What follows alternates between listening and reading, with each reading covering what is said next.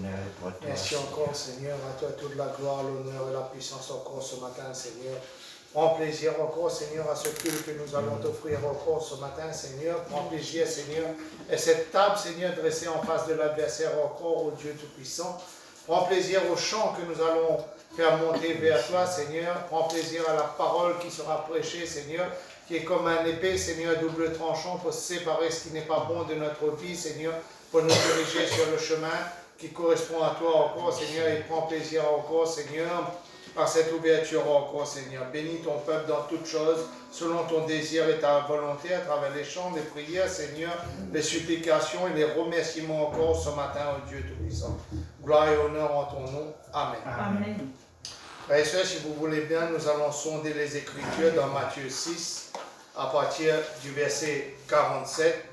Si nous sommes là ce matin, c'est parce qu'un jour nous avons accepté d'obéir à Jésus-Christ et que nous avons accepté de bâtir notre maison, qui veut dire notre vie, sur la vie de notre Seigneur qui est grand et tout-puissant.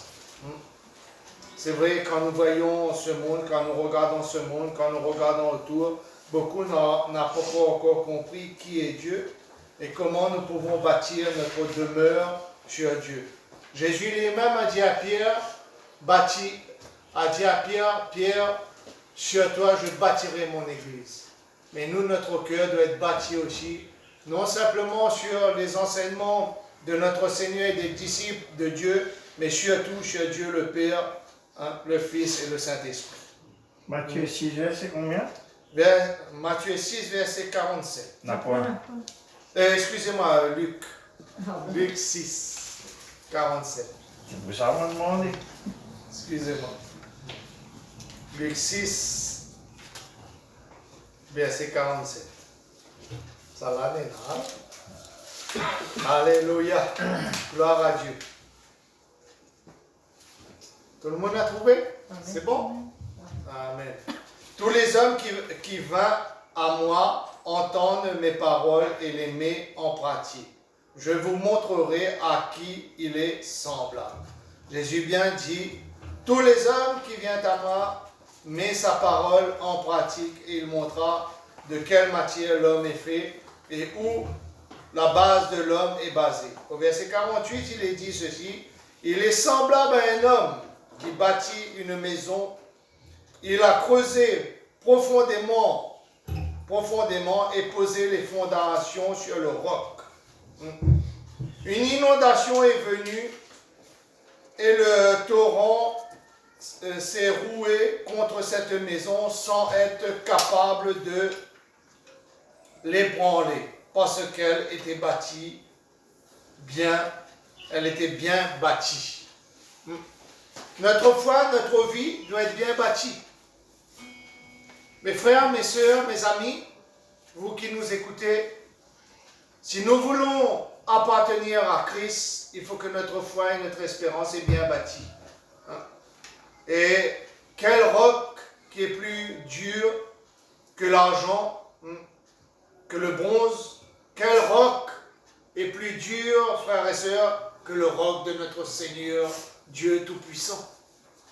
C'est sur ce Dieu que nous devons bâtir notre foi, notre espérance. Quand l'ennemi va envoyer les tempêtes, qui soient la maladie, qui soient les soucis d'argent, qui soient les soucis de travail, qui soient les soucis de la vie ou de la perte d'un être aimé, si nous sommes bâtis sur ce Dieu qui est grand et tout-puissant, rien ne pourra nous ébranler. Amen. Mais si nous sommes bâtis sur le pasteur, si nous sommes bâtis sur celui qui porte la parole, comme j'ai dit, si un jour il glissera, si un jour je vais glisser, vous aussi vous allez glisser. Mais si vous êtes bâtis sur Jésus-Christ, rien, aucune tempête ne pourra vous arracher. Malgré que vous serez, je dirais, dans les difficultés, enfermés, malgré que vous serez dans les problèmes, malgré, je dirais, que vous serez dans des maladies, et que le monde est en train de vous moquer comme de se moquer de vous comme il se moquait de Jésus. Mais Jésus avait une confiance absolue. Et à travers cette maison bâtie sur le roc, à travers cette eau qui inonde cette maison, il faut tenir bon, mes frères, mes soeurs. Et c'est pour cela que nous sommes là ce matin. C'est pour rendre grâce à Dieu.